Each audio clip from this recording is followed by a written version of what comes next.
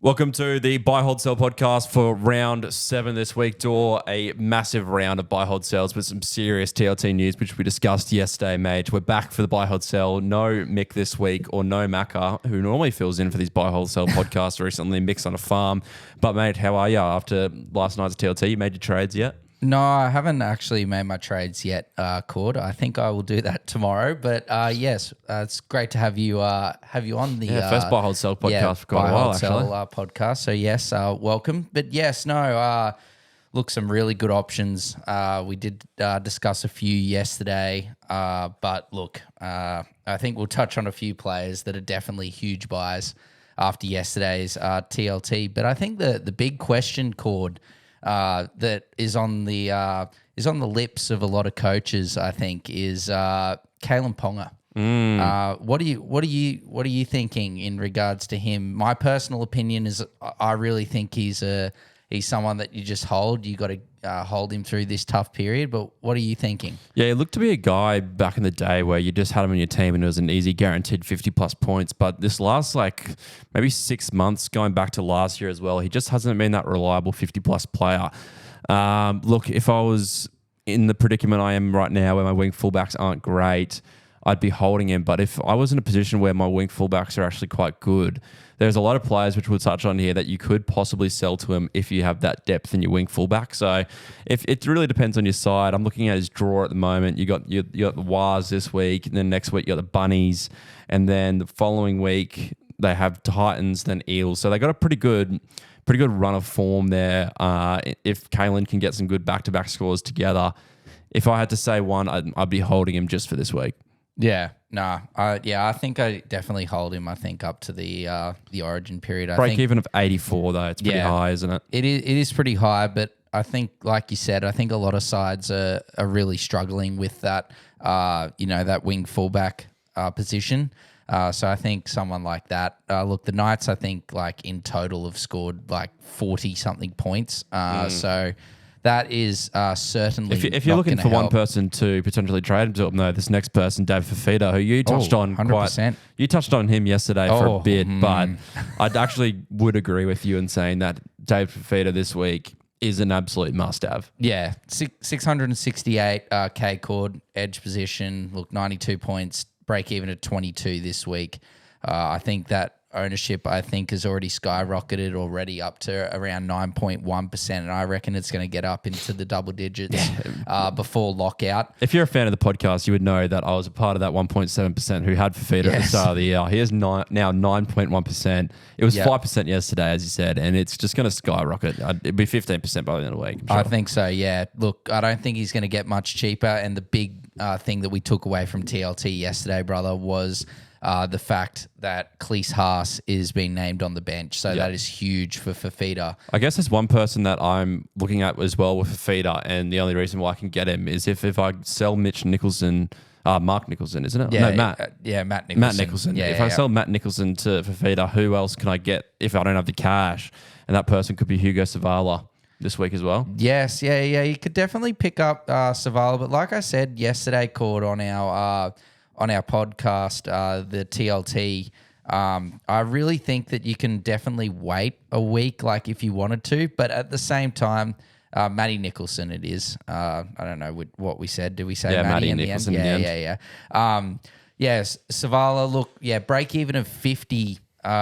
So, look, you got 33 points last week, 230K. Like you said, Cord, if you need to get him in to facilitate a trade of Fifita in, go ahead and do it. I think he's going to he's going to keep that spot. Yeah, well, Jackie Goz didn't generate much cash at all, but look, 70K, it might be something. I'm also slightly worried that I'm selling away some cheap trades for maybe a Savala who's not going to go too well. I've only got 28 left in the personal team, which I feel like is enough, but in this sort of time where you're trying to get some guns in as well as your pods and your money makers, those trades are really valuable at the end of the day. Yeah, 100% Cord. Look, they are very, very important, but someone like David Fifita could be sort of must have at this sort of price. Like you said, I think you've had him at the start of the season with that 1.7%. It was 800, high 800K. So Yeah. Anyway, let's move on to the Daily M leader cord. Yeah, it's some wild accusations being thrown out there today that Jai Gray potentially is overtaking Ponga in the Origin scene. It's just ridiculous in my eyes. Look, recency bias, very strong in that. To his credit, he scored 4 tries, averages 50 this year in fantasy. Is he a buy? I wouldn't say so personally. No, I think there is a bit of concern as well with the Rabbitohs, starting to get some troops back, Cord. I really think that there is the chance that Latrell Mitchell, even though Gray's going so well, could end up back there. But look, with how it's going, there is a chance that he could stay there until Humphreys returns in halfback, in 5'8" spot with Cody Walker at halfback. So look, it's a bit of a risky buy. He's certainly playing well enough. If you really think he's going to keep that jersey for at least the next month or so, I really don't hate going and buying Jai Gray. On to the next man, Cord. Look, Adam Doueihi. We talked about it for a little bit yesterday, and it's obviously making all the news circles around. I know. Well, we could honestly touch on Jarome Luai here as well. Yes. Adam Doueihi, and we touched on it yesterday, as you said. He averages 60 when he plays in the halves, and I'm looking at him as a centre pod as well. 460K is he? 484K, got that half centre duel. He got 28 last week. I'm just seeing break even at 47. I'm seeing buy. Yeah. And look, Fainu's not back for another couple of weeks, and we don't really know if Fainu's actually going to get the jersey as well. So, yeah, look, I'm not really sure, Cord, but I think he's looking like a really tasty buy. I would personally prefer Adam Doueihi over the other man that you were just touching on, Jarome Luai.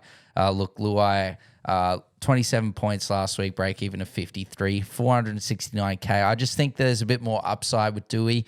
We've got that history there of a really good average playing in the halves.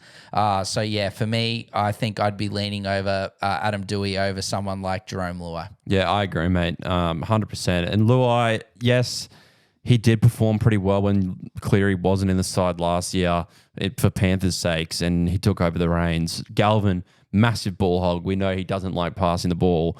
What will the Tigers set up be?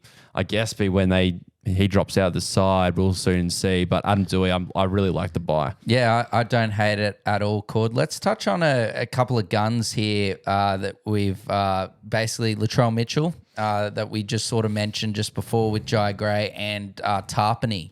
Look, if you're looking for a mid, Tarpening seems to be another good option. But personally, in my opinion, from what I think I've been seeing from like the DMs that we do and our own sort of teams in our own sort of leagues, I think a lot of people's mids is pretty stacked. Yeah. That's not really a concern. But look, if you're looking for a mid, I'm not going to touch on him anymore. Pod as well.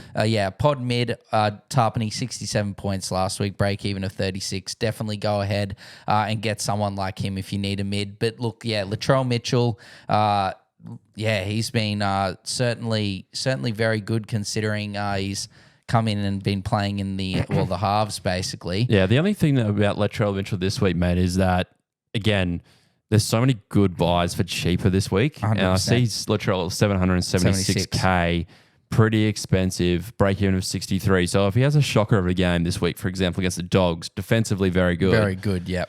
That means his break even will go up to 80, 90. He's going to drop at least 70K maybe in the next 2 weeks. Might miss the Origin period, might not back up. So, yeah, I think it's definitely, look, if you really want to get Latrell, he's going to go well. Yeah. But, yeah, it's certainly a bit of risk in that regard, Cord. Look, Aaron Clark is the next man that we're going to touch on, brother. You wouldn't believe it. You would not believe it, considering with how the start of the season happened and with Dylan Walker, Clark, we didn't know what was going to happen with Barnett and Fisher Harris.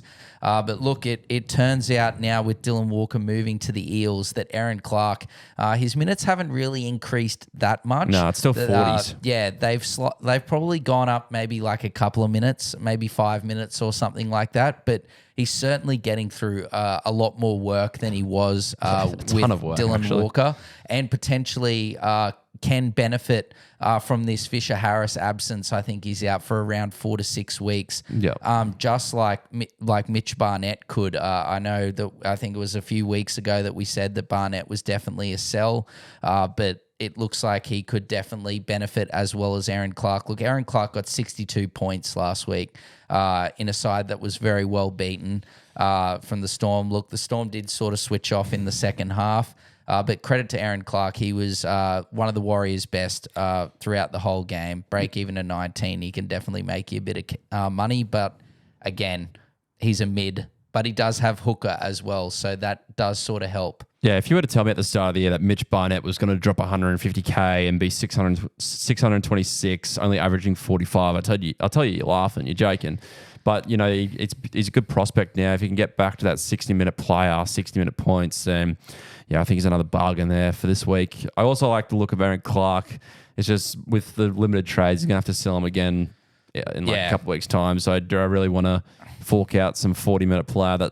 I think it's just a bit risky for me. A bit risky. I think like the Fifitas and Doueihis, brother, I think are the main priorities this week. Look, we're going to put all these guys together, and we've got Hudson Young, Jacob Preston, and Eli Katoa. Look, we touched on Eli Katoa. Katoa was one of our buys last week that we did touch on, so I'm not going to go into him. But look, he's sort of he's always solid. He's always solid. Yeah, he's always solid. He's going to get you around 40, 50 points. He's averaging 55 for the year, break even of 56. Yeah, you can always expect what to get from him. Yeah, and great matchup this week against the Finns. Yeah, we don't really need to go into Eli Katoa. You want an edge. Tell you what, if you're after a pod though, Hudson Young, 3.3%, averaging 61.7 this year.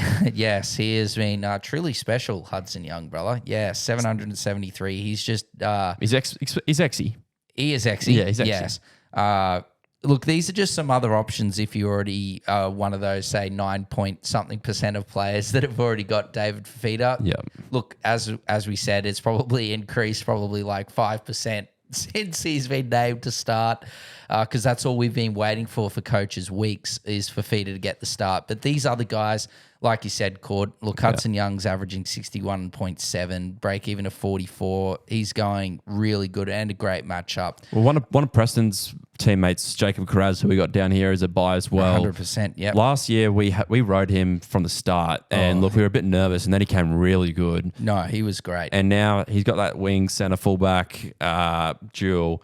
He was elite last week against the Knights for only 44 points. Look, he's another one I'm looking at as a buy and a potential pod as well. I love my pods. Like, he's another one. 1.2%. Look, yeah, I'm with you in that regard, Cord. I think Kiraz is if you're really worried about Ponga and you want to sell Ponga, this is the guy I'd be selling him to. Yeah, Kiraz is a tackle buster and an offloader. Yeah. That's 6 points. Missed out on the first 5 rounds. I think, that was his first game last weekend. So, yeah, for me, I really like it, Cord. I do not hate it at all. If you want to get rid of Ponga or you really need a wing fullback, look, he's also dual, got center coverage as well. I love it, brother. I really think that Kiraz is a good option, especially at wing fullback with our depth. I think most teams' depth are pretty average. Another wing fullback, brother, if you really need one, which I think a lot of sides, like we've discussed, do. The Hammer. He had a very slow start to the year, but he had a blinder last week, didn't he? Bloody hell, he has been terrific the last couple of weeks. He really did hear those haters, Cord, and he is striking back with... I was going to say he's vengeance. He is coming back with vengeance. Yeah, I kind of look at the Hammer and watch him play, and I feel like he sort of goes missing, and then he has 1 or 2 plays where he earns 20 points every play. So he's really like a type of just like, he's a bang for your buck type guy. But I do feel like he goes missing in the big games. And It'll the be Dolphins, a good test this weekend. Yeah, the Dolphins aren't a massive big game player, and I do say that after they flogged the Panthers on the weekend. But I do feel like the Hammer does go missing sometimes, and I get worried due to that reason. Yeah, he's in 11% of teams, which is quite surprising to me. So I think either a few people have hopped on the Hammer as well. Look, he's got a really low break even of 11 this week after his 91. Again, a bit of recency bias, I think, might be coming into people's trades. But yeah, like you said, Cord, if you come to me and you say, Dor, who are you wanting to buy this week out of Kiraz and the Hammer? I'm saying not even like I'm not even looking. Kiraz. I'm not even looking at the matchup. like if you're saying not looking at matchups, I'm saying Kiraz. He's just more consistent. It's got to be. He's work rate high, offloads the ball more. This is nothing against the Hammer. He's a great player, but I just think fantasy-wise, in terms of the base that each player can put forward, I think that, definitely want to go with Kiraz there. The last two players in the buy segment that we want to talk about, Cord, is, oh man, this guy was absolutely phenomenal last week, and I hope Coach Flanagan gets him starting again. Look, if you haven't got Dylan Egan, I don't know if you're really getting fantasy. It was if you didn't get Dylan Egan on that first night, you're really watching in pain, weren't you? Like, he started with a line break, an offload, and then he got that try late in the game as well, which would have just dug an absolute grave into the bloody body of you. It's just terrible. Yes, no, it was. Look, there wasn't really much positives if you didn't own Dylan Egan last week. Look, 402K. Yeah, negative 18. 402K. negative 25 actually, Cord. It's negative 25. Negative 21. Sorry, negative 21. Negative 21 for Dylan Egan this week. He went up 90K last week, and he's going to probably go up something similar. I think there's a real possibility, like we said yesterday, Cord, in the TLT, that he could definitely be starting again this week with Leilua moving to the bench. Look, this next man I'm going to touch on, I personally, we're going to touch on him because I've seen a fair few people ask about him, and he is getting the start this week. Had a really good game a few weekends ago with that outrageous long-range try. I think it was, against the West Tigers. And he did score again last week. That's Leka Halasima. Look, break even of 8. He's only 321K edge position. But for me, I'm just worried. Like, Kirk Capewell's playing in the centers this week. I just don't think he keeps that starting position. Yeah, he's also priced as well. For me, he is a huge trap because I think he's going to be going back to the bench unless some injuries happen.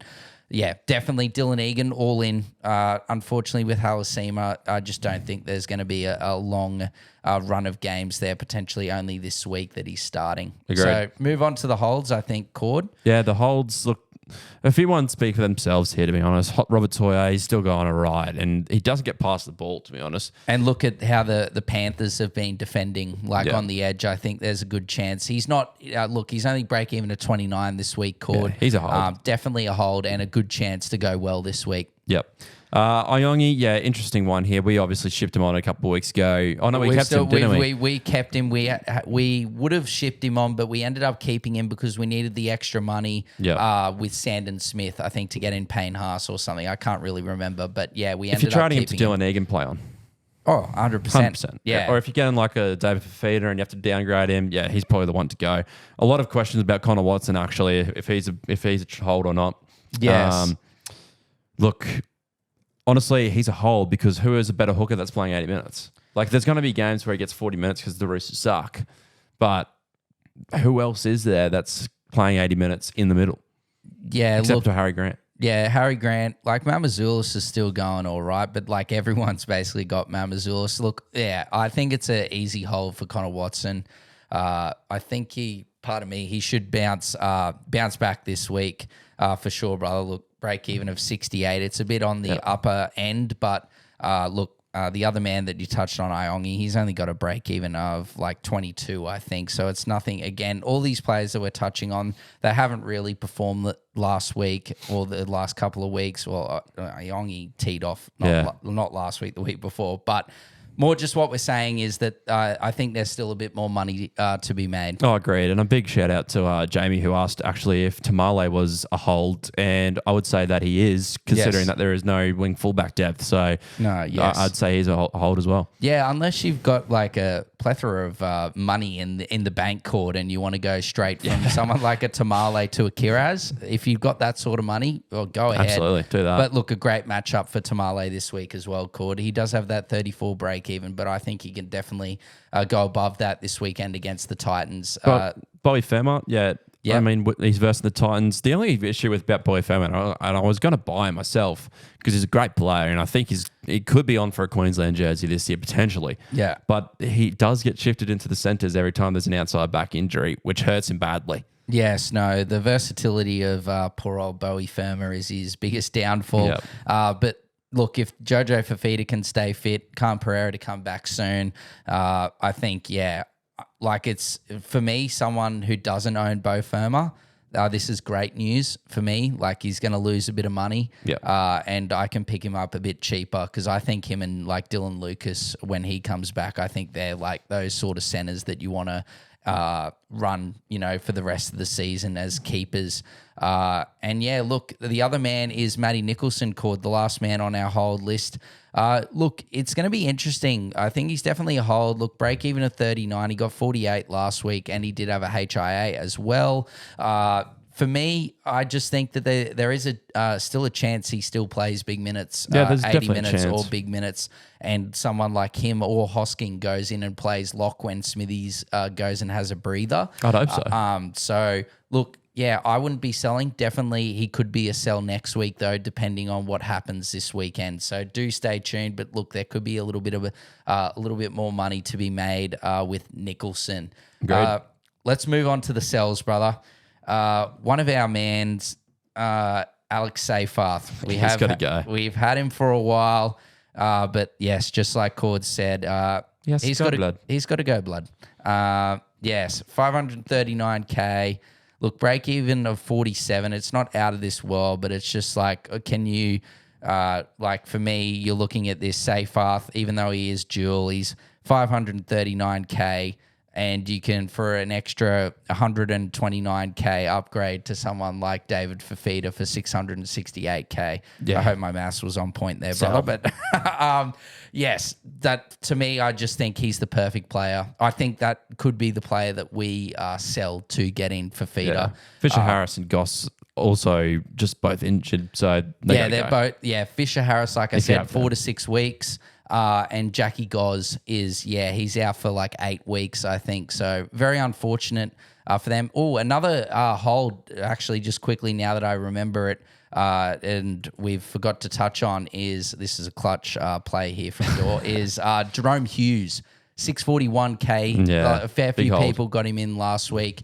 It's good if you didn't get him in last week. Almost a buy. But if you, just with the 85 break-in, if you really need a good score this week, definitely go ahead and buy him, like you said, Cord. But for me, I'm going to wait a couple of weeks. And like you said yesterday on the pod, there is a chance that we could be picking up someone like a Jerome Hughes for around like 600 or high 500s. Plays that first buy round. So that's a definitely an option, brother. And like I said, in the podcast as well yesterday, probably the last man on the sell list is unfortunately Jermaine Hopgood. It looks like his role has unfortunately, he's just not getting the minutes that he used to get. He's playing around like 50 minutes, and that's just not good enough. He's going to get you close to like between like 40 and like 60 points or whatever in those minutes, but he's definitely going to lose a bit more money as well, Cord. So, unfortunately, Hopgood, if you've got him, he has to go blood. He has to go.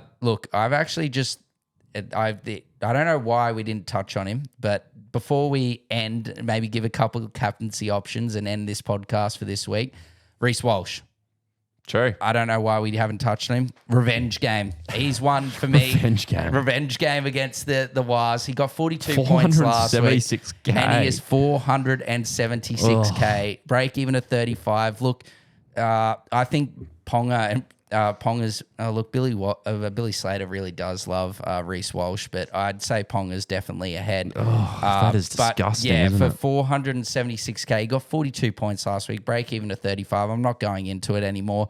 But ladies and gentlemen, if you need a buy, you can thank Dor later and go ahead and get in Reece Walsh. Who are you captaining this week, Cord, to give these listeners and watchers an option? Are you just going straight on Payne Haas or Tyrrell May, or what are you thinking? Look, I actually haven't captained Tyrrell May all year, believe it or not. Okay. I've always been a Cleary or Haas man. We did it once for the all-out team. Look, you go through Tyrell May's numbers, and I was talking about this on the weekend, actually. 76, 73, 70, 85, 51, 83.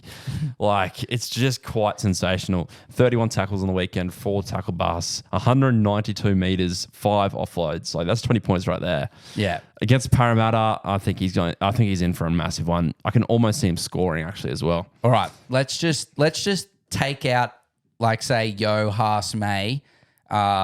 and Cleary, right? So, because they're probably going to be the options every week. Just give us one who you thinking that is a pod. Do they want a pod? Yeah. I'll give a pod. A pod captaincy option. I'll give. What are you thinking? In my team? No, I'll give one pod captain. Yeah, fire. Toby Couchman. Toby Couchman. I like it. Yeah, he's a pod captain for mine. He's not really a pod. Thursday night curse though. Yes. No, he's not a pod, but he would be a pod captain. No. I was more just saying my guy's not going to be he's going to be a pod captain, and that's Jaden Campbell. For mine, okay. I think Jaden Campbell.